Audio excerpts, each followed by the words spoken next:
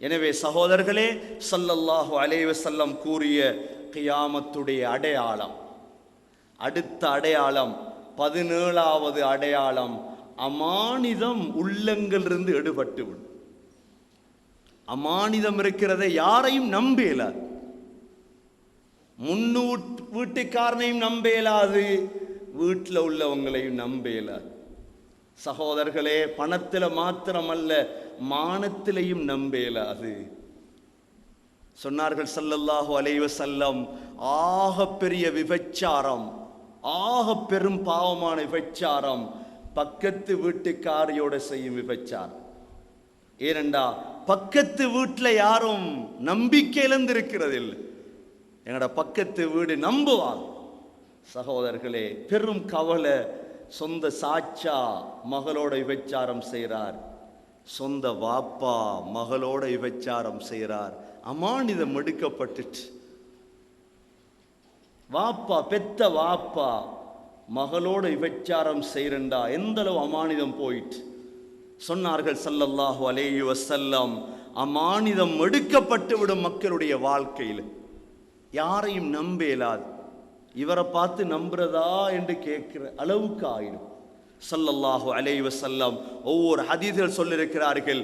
அடுத்த அடையாளமாக 18வது அடையாளமாக சொன்னார்கள், முஸ்லீம்களாகிய நீங்கள் இஸ்லாத்தை விட்டு விட்டு யூதத்துவத்தையும் கிறிஸ்தவத்தையும் பின்பற்றுவீர்கள்.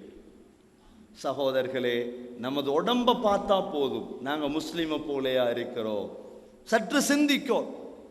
எங்களோட தலைமுடியிலிருந்து தொடங்கினா எங்களோட தாடி, எங்களோட மீசை, எங்களோட உடுப்பு இதெல்லாம் யாரை போல இருக்குது? சொன்னார்கள் ஸல்லல்லாஹு அலைஹி வஸல்லம், எப்படி பின்பற்றுவீங்க தெரியுமா?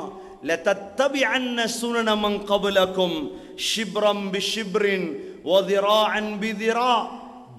ஜானா பின்பற்றுவீங்க, முளமா பின்பற்றுவீங்க. ரசூலுல்லாஹ் சொன்னதெல்லாம் இருக்கட்டும். யஹூதி காட்டினது, நசாரா காட்டினது. எங்கட வாலிபர்கள் யாரை பின்பற்றுறாங்க? எங்கட பெண்கள் யாரை பின்பற்றுறாங்க? 100க்கு ஒரு 5% இஸ்லாத்தை பின்பற்றுறவங்க இருப்பாங்க. ஒரு 5% குடும்பம். எங்கட இந்த ஊர் எடுத்தா எத்தனை வீதம் குடும்பம் இஸ்லாத்தை பின்பற்றுறவங்க இருக்கிறாங்க? சகோதரர்களை நாங்கள் சிந்திக்கோம். எங்கட குடும்பத்துக்குள்ள சொன்னார்கள் எந்த அளவுக்குண்டா, ஹத்தா லவ் தஹலு ஜுஹ்ர துப்பின், உடும்புடைய பொந்துக்குள்ள அவங்க நுழைஞ்சா நீங்களும் நுழைய பார்ப்பீங்க. இதெல்லாம் ஒரு ஃபேஷன். உடும்புடைய பொந்து தான் ஆக நாத்தமான பொந்து உலகத்தில். ஏனெண்டா சில அறிஞர்கள் எழுதுகிறார்கள், உடும்பு 40 நாளைக்கு ஒரு தடவை தான் சிறுநீர் கழிக்கும். அவ்வளோ நாத்தமான பொந்து. அந்த பொந்துக்குள் அடுத்தது மிக இறுக்கமான பொந்து. அதற்குள்ள காலை நுழைவித்தாலும் நீங்களும் காலை போட்டுருவீங்க. இன்னொரு ஹதீஸில் சொன்னாங்க ஸல்லல்லாஹு அலைஹி வஸல்லம், சகோதரர்களே, தங்களது மனைவிமார்களை பாதையில் கொண்டு வந்து அவங்க ஒன்று சேர்ந்தா நீங்களும் அதை ஃபேஷன் என்று செய்வீங்க. எவ்வளோ ரசூலுல்லாஹ்வோட வாக்கு. கடலோரங்கள் இன்று மாறிட்டு உங்களுடைய மனைவிமார்களை அவர்கள் பாதைகளுக்கு கொண்டு வந்து அவர்களோடு இன்பம் அனுபவிப்பது ஒரு ஃபேஷன், ஒரு மாடல் என்று காட்டினா நீங்களும் அவங்கள போல செய்ய பாப்பி. சகோதரர்களே, அல்லாஹ் நம் அனைவர்களையும் பாதுகாக்கணும். இந்த ஃபித்னாக்களிலிருந்து எங்களுடைய குடும்பத்தினர்களை, எங்களோட சமூகத்தை நாங்கள் பாதுகாக்கணும். அடுத்ததாக ஸல்லல்லாஹு அலைஹி வஸல்லம் சொன்னார்கள், அடுத்த அடையாளம் 19வது அடையாளம், அடிமைகள் எஜமானர்களை பெத்தெடுப்பார்கள். இதுவும் நடந்து முடிந்தது. அடிமைகள் பெத்தெடுக்கிற பிள்ளைகள் எஜமானர்களாக இருப்பாங்க.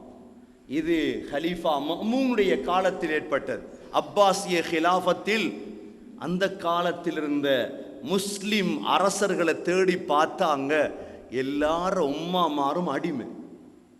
எல்லாரும் உம்மாமாரும், முக்காவாசி உம்மாமார் அடிமை. நபி அவர்கள் சொன்னது நடந்துட்டு 20வது அடையாளம் சகோதரர்களே,